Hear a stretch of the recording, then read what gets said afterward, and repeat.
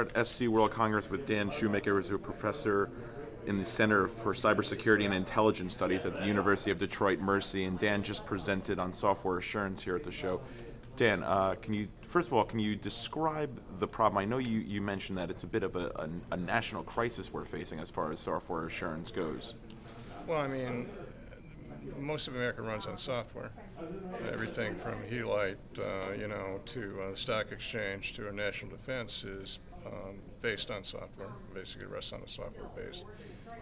If the software has defects in it that can be exploited by an adversary or just somebody who is a malicious actor, it doesn't necessarily need to be a nation state. It can be just somebody who's got a grudge. If those defects can be exploited, they can cause immeasurable harm to the country. Think about, a situation if all the lights went off in, say, the West Coast for, 6 or 7 months, or, an Estonia-style attack on New York City or something like that where the stock market was offline for 3 or 4. If you thought we had a depression back in 2008, imagine what would happen if we couldn't trade stock for, say, 3 or 4 Yeah, and you were saying that you're surprised that something major hasn't happened yet that's taking advantage of software. Well, I probably shouldn't say that on a camera, but the fact is that, because I don't want to give anybody ideas, but, I think everybody's well aware of the fact that the national infrastructure is buggy. And if you've got exploitable defects, you got nothing to lose, that's a very scary proposition. Now, you mentioned part of the software assurance life cycle. There are some missing steps that people don't normally consider. One of those is the dissemination of information and education. So why don't you use that as a segue to talk about something really innovative and cool that you guys are doing? Well, the idea basically is to get people who teach it, and I'm not just talking about educators, I'm talking about trainers, and even people down in K-12, to more or less, they have to learn what they got to teach.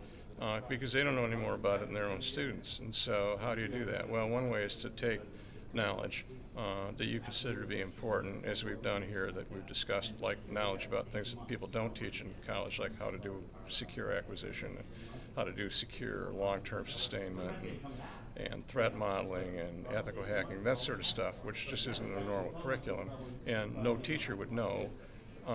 And bring the teacher up to speed fast enough that the teacher is able to more or less sort of train 30 students at a time. Well, the easiest way to do that is take that knowledge, package it in a way that teachers are used to using: PowerPoint shows, videos, all the stuff you need to make the presentation, and then provide it to them in a kind of a neat little package. This is a gimmick. This is an iPad. The iPad has all the things on it it needs to have in order to be able to teach courses in, for instance, secure acquisition. And that has all the course content you need to be able to talk about, say, how to initiate an acquisition program. And this is just slides, PowerPoint slides. So if I want to walk in a classroom and teach secure acquisition, and I'm a computer science professor and I don't know anything about secure acquisition, it's all here. All I got to do is be able to read the slides. The idea basically is that we're priming the pump, as it were, by providing the knowledge to these people in a transportable sort of way, and this is sort of kind of a sexy package. It gives them, something, kind of a feeling of owning the stone tablets right there in their own hand. But the bottom line basically is the knowledge is good, and it's stuff we want people to know and people to teach. And the fact that it's on an iPad, and it's also got an opportunity, it's got a calendar and a few cool little gadgets, It's almost like a sort of a personal knowledge base that makes you and only you, kind of the expert in your school or college or even. The advantage in this thing that's really kind of neat is, and I can't do it only because we don't have internet access right this minute, but you also have access to a database.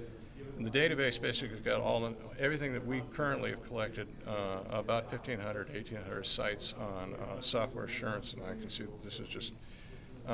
You also can plug into the database, and it's like a wiki. If you got a question, what does this mean, or how do you do it?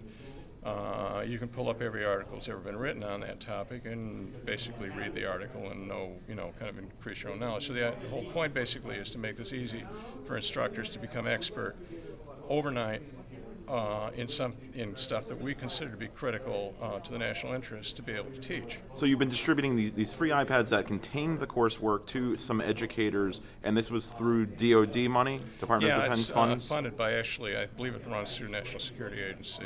But they're the ones that we sort of are the kind of the agent for this. But currently, we've distributed these to a very large coalition of community colleges in the Midwest, because we believe the community colleges are a really good place to start this thing out. They reach down into the high schools and up into the universities. And so every one of the community colleges in Michigan and a large number in Indiana and also Ohio have these. Some person representative in the community college has these. We've also distributed them to Carnegie Mellon, Stevens Institute in Hoboken, which is a really Center of Excellence and a Center of Excellence, NSACER, which is a Research Center of Excellence. There's a couple. Oh, Rochester Institute of Technology. And we got to close, but for more information, where can people go to if they're educators or if they're just IT security practitioners and they're interested in the program? Well, cybersecurity.udmercy.edu would be a place to get the contact in. Just think cybersecurity, UD-Mercy.edu, and that would give you the access to our website. Okay. Well, Dan Shoemaker from UD-Mercy, thank you for joining us, and I hope this really catches on. I hope the funding continues, and I hope the word gets out about let's correct some of these vulnerabilities that frankly probably should have be corrected by now. Yeah, I like heat, light, and water. I've grown very accustomed to it. Thanks very much, Dan. Okay. I appreciate it very much.